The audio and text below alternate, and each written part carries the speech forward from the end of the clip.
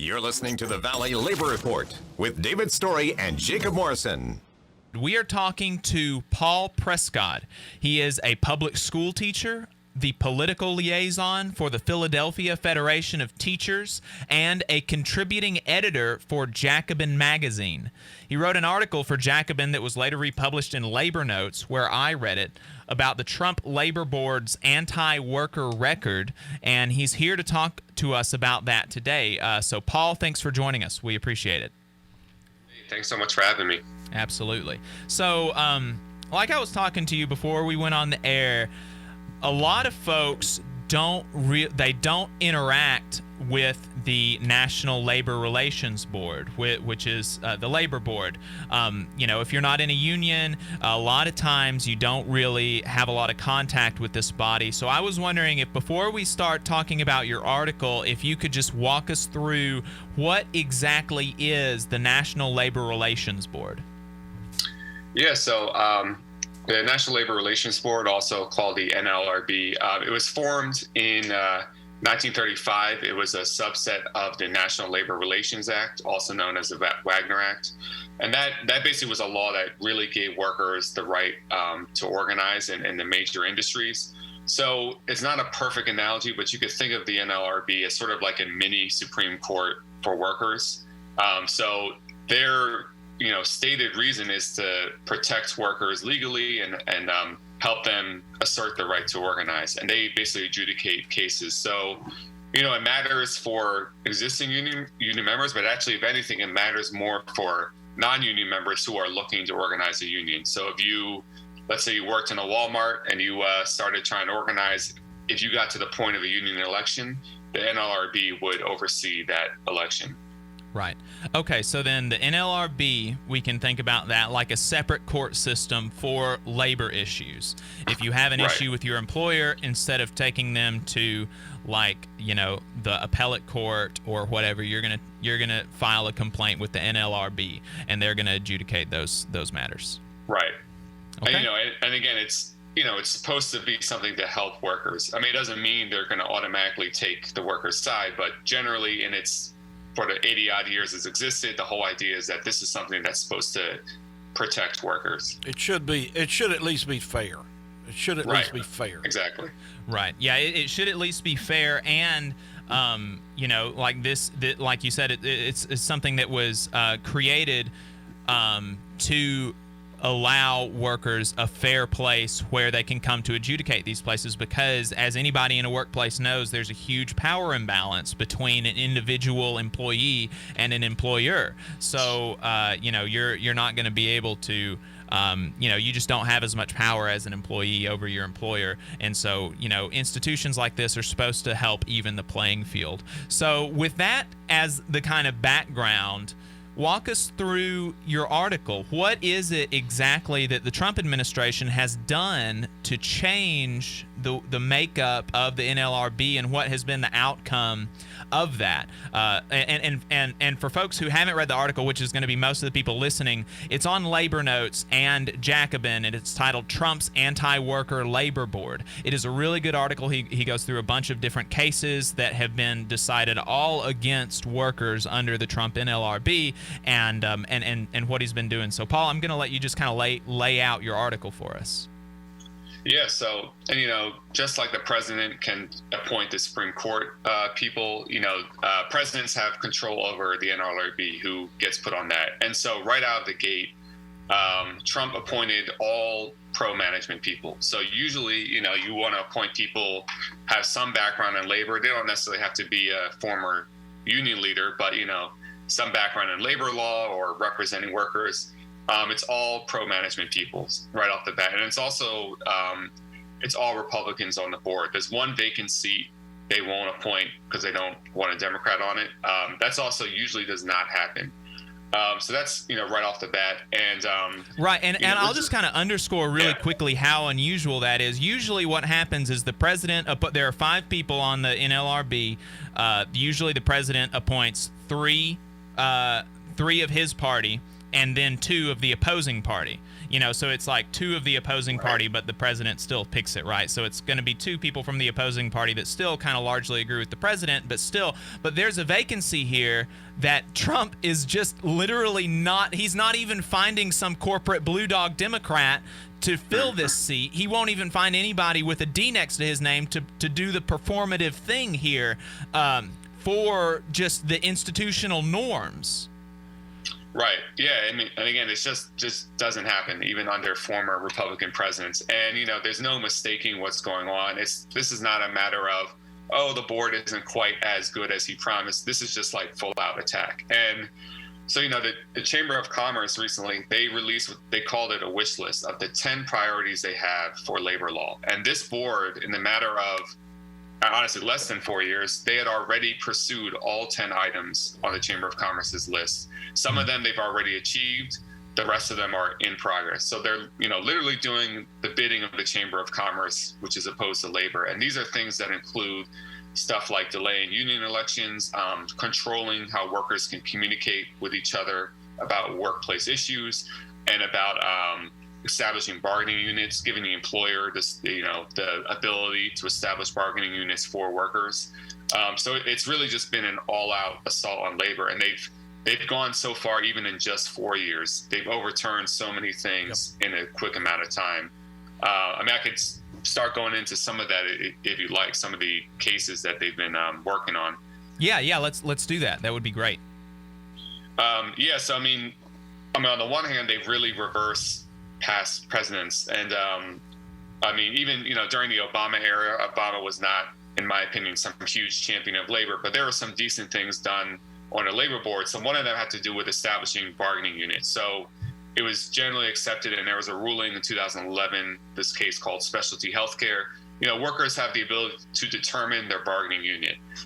So which workers are in the union. And to give you an example, I'm in the teachers union, but for example, the school counselors are in the same union, but they have a separate bargaining unit. So they have different issues that pertain to them. Same thing with school nurses. We're all in the same union, but they have a different salary scale, different specific issues.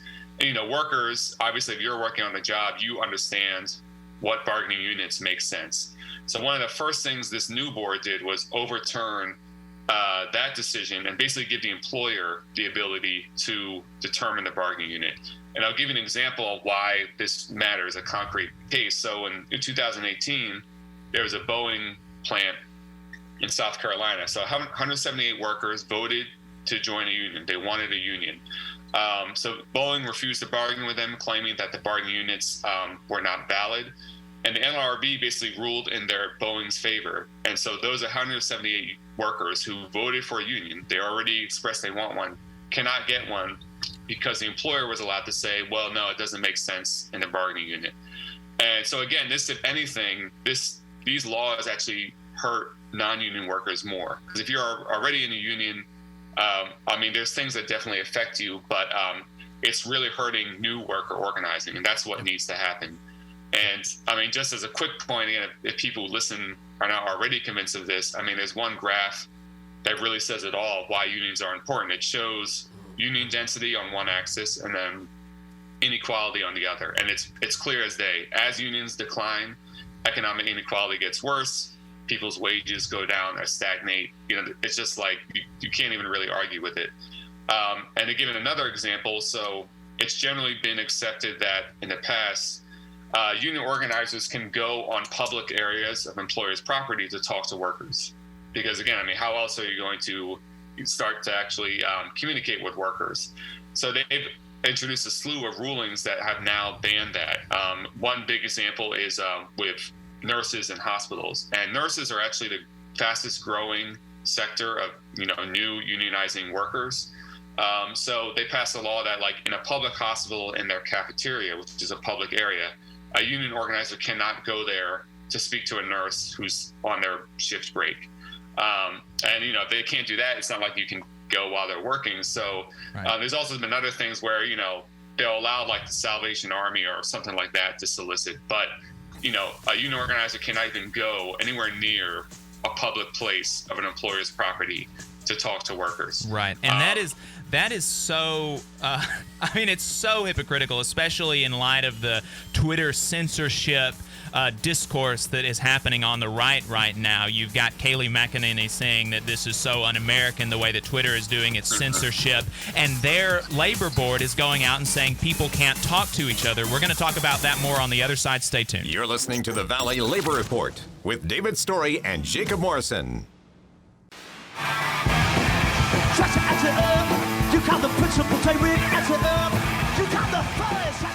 Good morning, Tennessee Valley. This is the Valley Labor Report.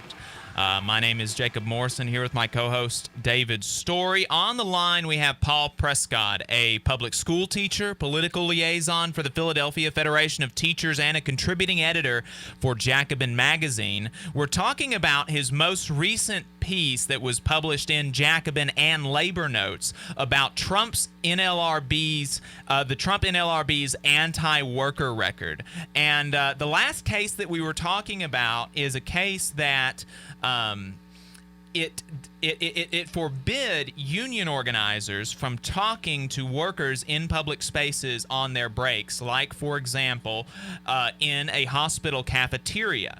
And this is just, I mean, it's so, especially in the current moment that we're in after these Hunter Biden drops and Twitter not letting people share that on Twitter, and the Republican Party, the whole Republican Party apparatus, including the Trump administration, going crazy, saying that this is censorship, this is America, this isn't communist, Russia or China. We're supposed to be able to speak to each other. We're supposed to have free speech. That's what America is all about. In this moment, they are forbidding workers from talking to people that will help them get better wages and working conditions. And not even anything there. It's just conversations. They are forbidding conversations. They are literally the government. This is what the First Amendment is about, right? The First Amendment is not about protecting your speech from private institutions. In fact, private institutions being able to censor people's speech is a very capitalist thing. That is what capitalism does, is it allows owners and bosses to police the speech of workers and citizens. What the First Amendment is supposed to do is it is supposed to protect our ability to communicate with each other from the government. This is the government telling people that they cannot speak to each other. And so I'll let you go off on. Or David, was there? You looked like there was something you were about to say there. Yeah, that was pretty much exactly what I was about to say. It's a constitutional issue as much as it is a worker issue, and the fact that freedom of assembly and freedom of speech are being suppressed through government action. So yeah, and that's such an important point. And and I'll put my cards on the table. I mean, if it's not obvious now, I'm pretty far to the left, and I actually agree that what Twitter does was censorship and actually unacceptable. I think I agree with I don't like Trump, but I thought what they're doing is scary because they could use it against any side. Mm-hmm. And so, I mean, in many ways, what this labor board is doing is it's just straight up Big Brother authoritarianism. I mean, it literally is. That's actually what Orwell was trying to tell us about, was government overreach in the, Big Brother censorship type stuff. And that the critique of private institutions, private censorship, that is a left critique. And David and myself, and it sounds like you as well, we are not in favor of Twitter and Facebook and these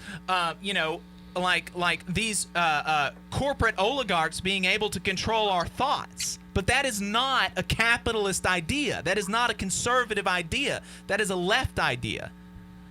Right. And to give just a few more examples, I mean, there are rulings related to worker health and safety with COVID are really terrible. Yeah. So, they've instructed their regional board directors to basically not hear cases over occupational safety and health. So if a worker feels they're in danger because of the pandemic, they're not even going to hear that case. They also said, if you can't go that route as a worker, if you want to, let's say, try to go to the media, because that might be your last option, they even ruled that is not protected speech. So you, as a worker, if you are in an unsafe workplace, whether it's COVID or anything else, you could literally be fired for speaking out against that. I mean, it doesn't get any worse than that. And even, there's a ruling related to Walmart. Often when unions are organizing, they do, some people call them structure tests. So it's like, let's see if we can get every worker to wear a union pin on a certain day to demonstrate their support. They ruled that, you can only wear a pin of a certain size. It has to be small enough. You can't wear shirts that say anything about a union. And I mean, the BS excuse they said was this would enhance the shopper's experience, as if, if you're a shopper and you see someone with a union pin, that's going to, dissuade you from buying stuff, which of course is just ridiculous. But again, it's down to what you say, down to the clothes you wear, down to what you do. I mean, they're trying to control every aspect of a worker's life. And again, it's very clear why, because, profits have been at, we've never seen profits from many companies at this level. And even during the pandemic, I mean, I'm sure people have seen that Amazon has been doubling their profits due to the pandemic. And they don't want workers getting any sort of slice into that. And so they're taking this opportunity to really just take the law as far as they can go. And they've been using this board to do it. But I think it's absolutely right to see this as a free speech First Amendment issue. Yep. And a lot of, here's the problem. Who we're broadcasting to has probably very little clue of the NLRB. And it's not just the general public. Even my members out on the shop floor constantly asking, why are we taking losses where we wouldn't have taken losses in the past? And I've got a lot of Trump supporters where I work. And it is so difficult to get them to understand that these appointees, and it's not just appointees to the labor board, but even the council. I pointed out the other week with Jacob, even the council that was appointed to the labor board came from the Reagan era. He was the primary leader of breaking the PATCO strike. Everything that this administration has done with organized labor has been to decimate it. They are not friends of the workers by no stretch of the imagination. Right. Yeah. And that's really why I wanted to get this piece out there, because, and I'll say this, I give Trump credit for, in 2016, he did talk about workers a lot. And I was, banging my head against the wall because I'm saying, why aren't the Democrats reaching out to workers in this way? But, and I'll be totally honest, Biden has plenty of issues. I don't see him as this great champion of workers, but I've been telling people almost in a way, I'm almost like a single issue voter this election, purely alone on the NLRB. Biden's not going to be a champion of workers, but he will appoint much better people. And this really has an impact on the future. And I'll go into one area if I can, but a huge issue for the labor movement that we need to figure out is this issue of independent contractors. So when you're an independent contractor, the National Labor Relations Act does not apply to you. So that means you can't organize a union. Traditional labor law does not apply. And the Department of Labor has estimated that over 30% of companies misclassify workers on purpose to get around labor law. Right. Paul, we're going to have to, we're coming up on a break. We're going to have to bring you in on the other side. We're going to bring you in for one more segment, if that's all right. And we're going to talk about worker misclassification as independent contractors, which, like you said, is a very, very big problem. And the Trump NLRB is not going to do anything for workers that are being misclassified. So stay tuned. We're going to talk more about that on the other side. This is the Valley Labor Report. Long-haired preachers come out every night. I try to tell you what's wrong and all right, right. Folks, welcome back to the Valley Labor Report. My name is Jacob Morrison, here with my co-host David Story. We've got on the line Paul Prescod. He's talking about his most recent piece that was published in Jacobin and Labor Notes about Trump's anti-worker National Labor Relations Board. So, Paul, when we left off, you were talking about worker misclassification. Can you kind of bring us up to speed on that and what the NLRB has been doing there? Yeah. So again, when you're classified as an independent contractor, traditional labor law does not apply to you, and that includes the right to form a union. And the Department of Labor has estimated that over 30% of companies are misclassifying workers to get around labor law. And this is a huge issue. I mean, to name one example, Amazon. I have a friend who working as a delivery person. They've contracted out the work, and this is, really grueling, backbreaking work, and can't form a union even though he wants one. So the NLRB has ruled that even if they find that a company is misclassifying deliberately for the sole reason of avoiding a union, it's not against the law. They can do that, and there's no penalty. And in a specific case, they basically ruled in 2019 around Uber drivers, and have determined that these Uber drivers who took it to the board, they are independent contractors, and of course that's a huge portion of the economy that's growing. And many of those drivers, if you know about it, when you start out, you kind of get these bonuses and incentives, but as time goes on, so many of these Uber and Lyft drivers are realizing, oh crap, like I can't pay for this car, like I'm not making enough money. So a lot of them are starting to push to organize, and the board is directly intervening against them. So again, I think independent contracting is actually priority number one for the labor movement, because if we can figure this out and stop companies misclassifying, we can grow the labor movement and improve union density. And again, this board is really trying to stop that. Not only grow the union density through these independent contractors, but also what a lot of people don't recognize is these are first steps, and nothing that ever happens at the legislative level is ever something that they're trying to immediately take care of. This is the long-term game, in my opinion, to start moving independent contractors. You'll start seeing them more in the public sphere as far as teachers and things like this goes. They'll start classifying teachers as independent contractors, and then they'll start moving it into the private sector to the point to where you're basically just working for your hired guns. You're working for a wage, and you have no protections whatsoever. That is the long game, in my opinion, of what the administration, not just the administration, because it's really the money back in the administration is who's making these calls. Yeah, and then and that it the fact that the NLRB is going to these, even if they are, like, even if let's say they're not misclassified, let's say that they legitimately are independent contractors and they want to be independent contractors, and that's like the ideal situation for them. The NLRB is still telling these people that they can't have a union, and here we are back to a First Amendment freedom of association issue. Like, this is the government telling people that they can't form associations with folks that they want to form associations with. I mean, it's crazy. And where are we going to have these originalist, textualist judges on this? Yeah. Are they going to side on the side of workers being able to associate and organize and speak to each other? No, they're AWOL on that. Oh, they're not AWOL. Well, yeah, they're not AWOL. Right. They're attacking it. Right. Yeah. So, Paul, I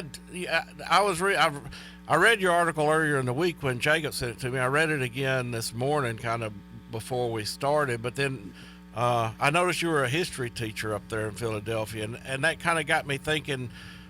We talk about it constantly on this show. It's kind of away from the NLRB article, but what is it we have to do to get more labor history taught at the high school level? That's something that's so sorely missing these days.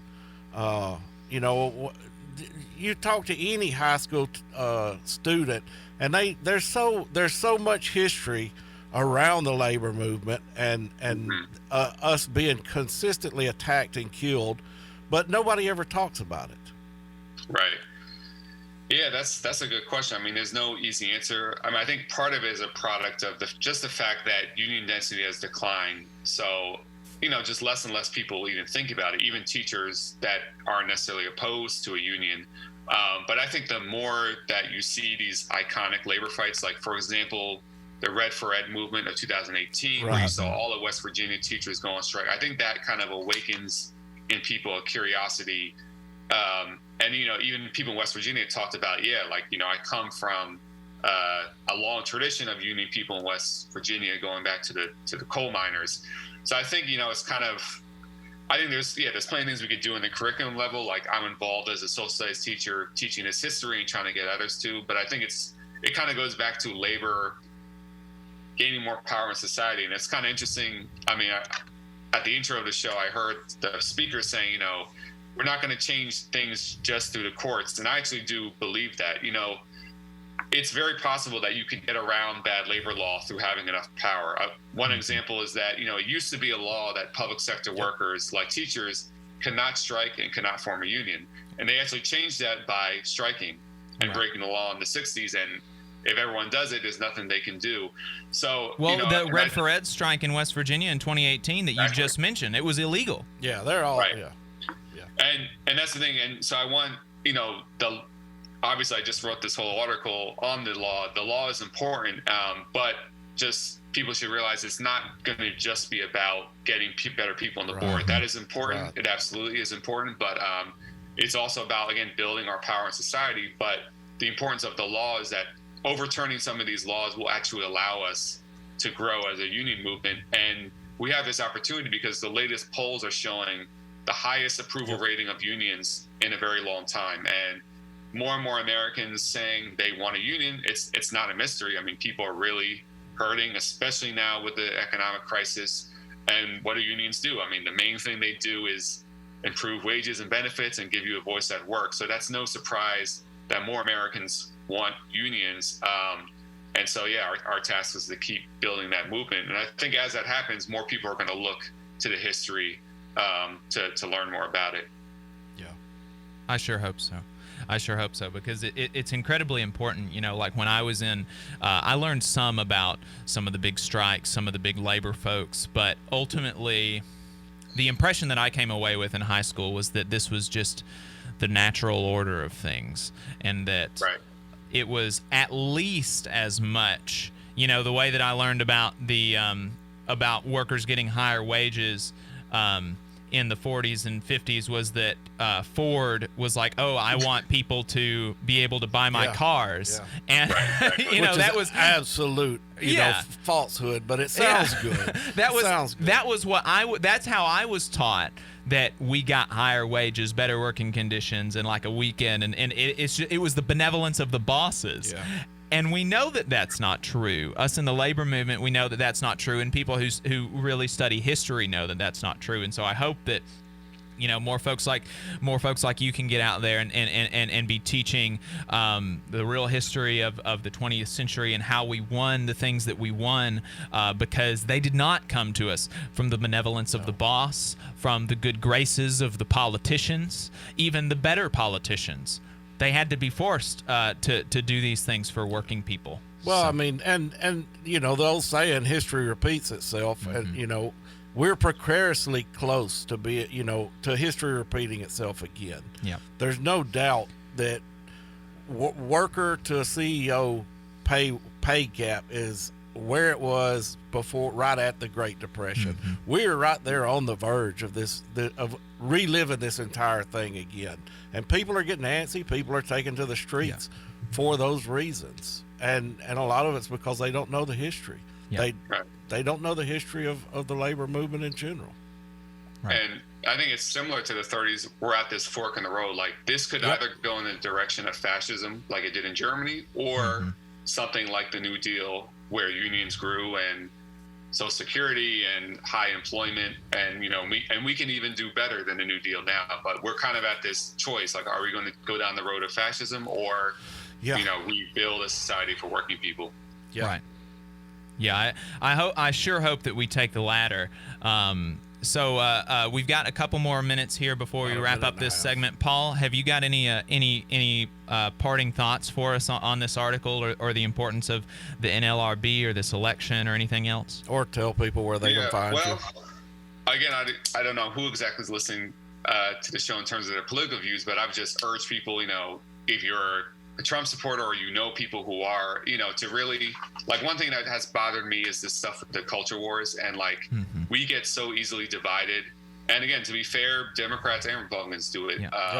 And Trump plays on that all the time, but we need to be laser focused on really the bigger picture. And I think if more and more working class people, we come to them with this message, we can convince them that Trump is not in your interests. So I would just urge people, to not get bogged down in these culture wars or wearing a mask versus not wearing a mask. I mean, ultimately, what matters more, that or the fact that, you should have the right to get a higher wage and good benefits, and to really look at Trump, have a sober look. Like, again, it's easy to get distracted by his tweets. I mean, at the end of the day, I don't really care about his tweets, even if they're ridiculous. I care about what are the laws he's helping to put in place. And it's just very clear. He's on the side of the employer, the rich, who have been driving this country into decline for the last 40, 50 years. And so your vote should be based on that. And, I'm not saying the promised land is going to come with Biden. We got to keep fighting. But this is just one step in trying to build back the labor movement. Right. For working people, the question is, who do you want to be your enemy? Yeah. Do you want to be fighting Biden, or do you want to be fighting Trump? Where can people find you at, Paul? We got about 10 seconds left.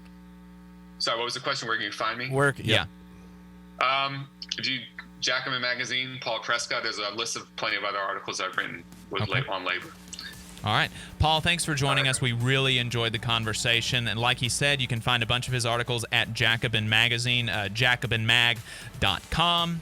Thanks for listening. Thanks for joining us, Paul. We really appreciate it.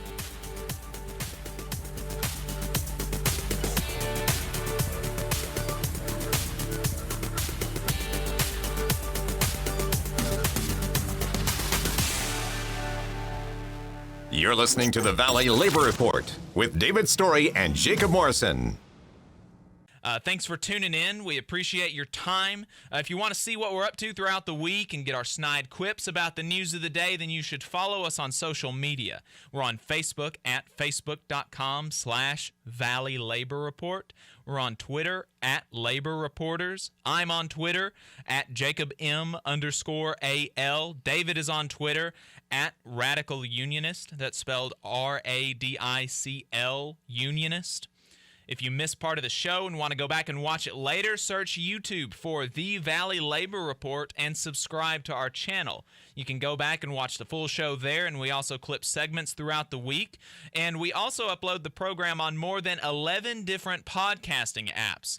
So you can see if we're on your listening platform of choice. You can go to thevalleylaborreport.transistor.fm/subscribe. And if you appreciate our work and want to help us stay on the air, then consider throwing us a couple dollars a month on patreon.com/The Valley Labor Report.